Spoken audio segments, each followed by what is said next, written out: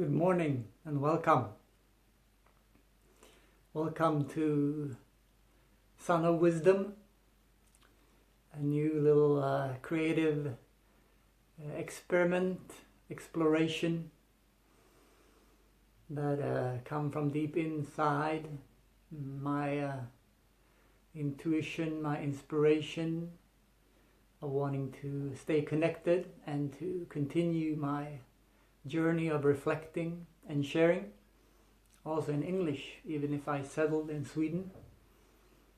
I see that my past 19 years of traveling and living abroad has helped me to see the globe as my home, to become international and transnational, and to keep a deep sense of connection to my Swedish heritage. And so this morning I read that one of the things, maybe the most important things we can do in order to help to bring about a collective awakening, a change of how we live, of how our societies function, is to be able to say, I see you.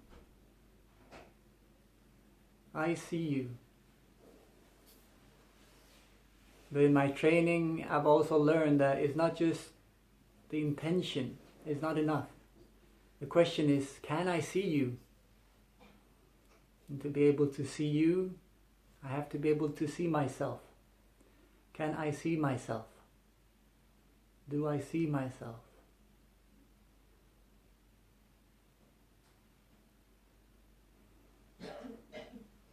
When I was a young novice in Plum Village, I looked into the mirror.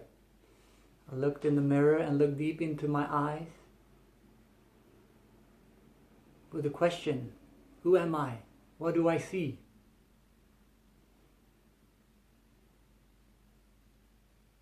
And there were ideas, notions. I might see myself as a young white man, a human being, maybe certain qualities with green eyes and so on. But as I let these kind of waves or sparkles, these ripples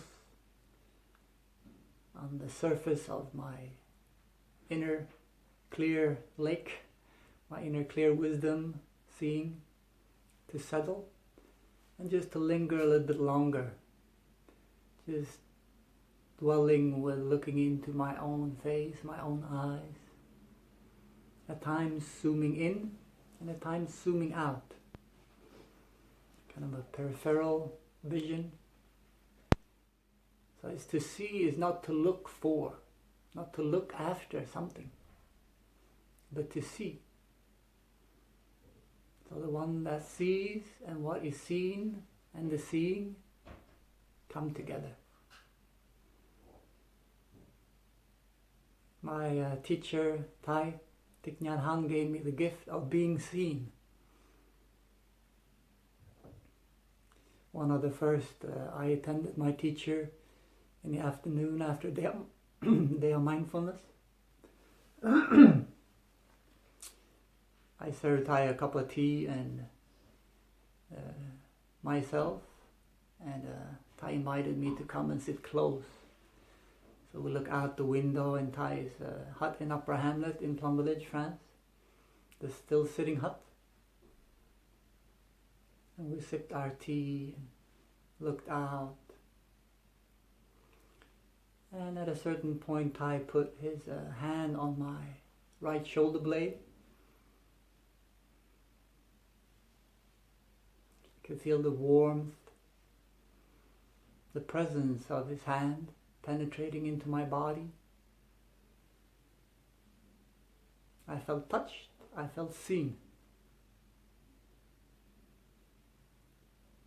And shortly after, Thai started telling, sounded like stories about current events, about history, about civilization, the world. And I felt Thai was telling my story, the story of my consciousness, the story of my personality. That was like the moment of, wow, what a gift to be seen. And to be seen with recognition, with acceptance, with love, but also with clear eyes. Not pretending something is not there, but not judging, not reacting, but seeing, acknowledging, honoring.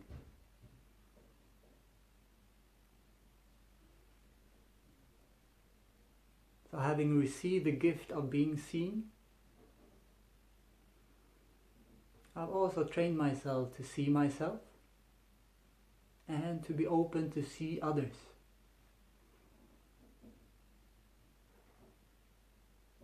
We can train any moment. When I hold a cup of tea, I can train to see what is going on. See, we can say experience, feel, touch.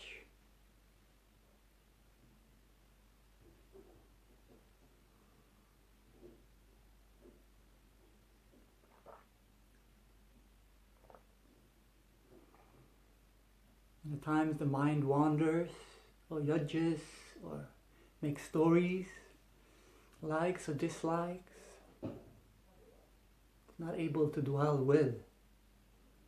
It's not able to see.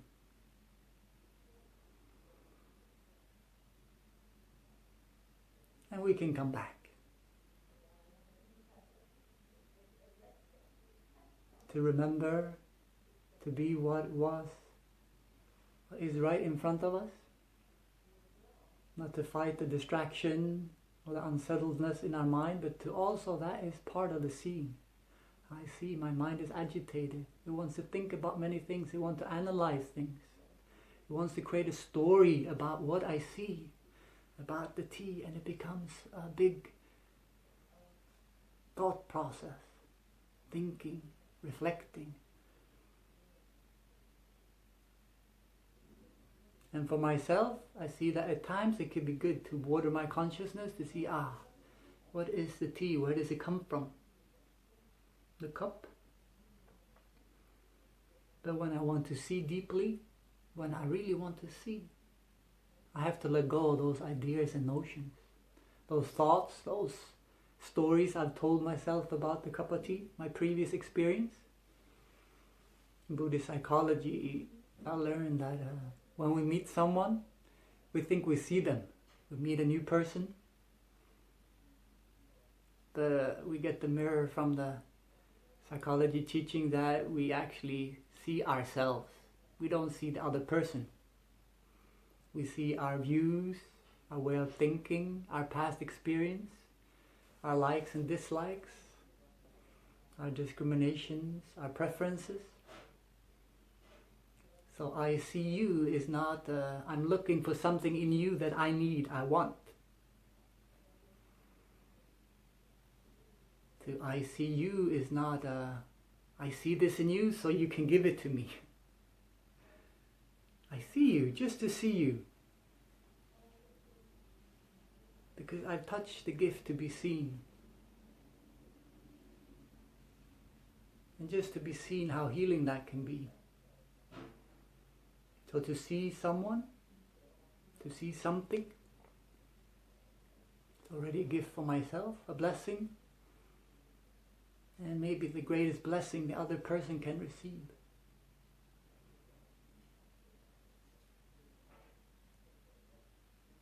So how can we train ourselves to see clearly?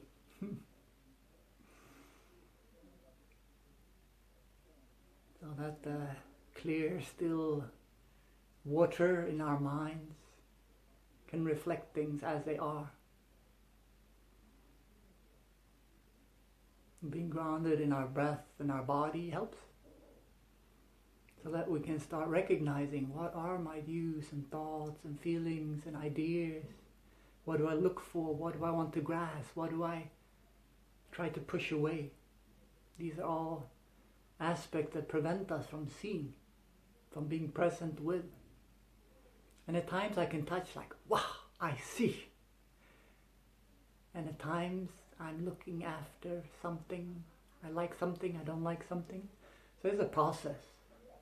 It's a process of life. So it's a way of training to come back. But we have to have the intention. If I don't have the intention to see, to want to see, I cannot learn. But just because I have the intention doesn't mean I already have the capacity. And this capacity can also expand and grow. Just like the rays of the sun expands far and wide, but also is so dense and solid, vibrating with high energy, heat, and therefore it can radiate out. So I brought this practice of I see you. It's the greatest gift we can offer each other and the world. I also included it in my painting this morning. And this is how it came out. I see you. Sometimes the eye is used as a symbol to see or to know, for understanding. And we have the heart. So the practice and teaching can be described as understanding and love. And so the eye and the heart together, it also symbolizes the whole path. We can talk about it as mindfulness, concentration and insight. We can talk about it as understanding and love.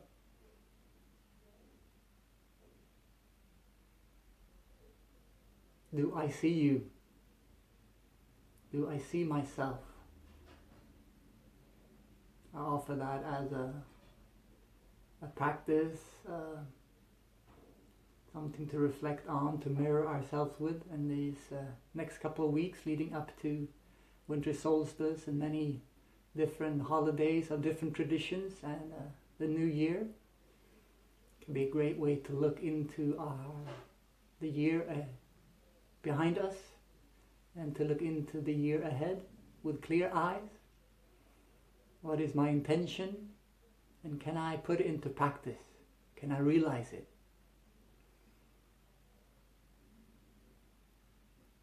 I see you.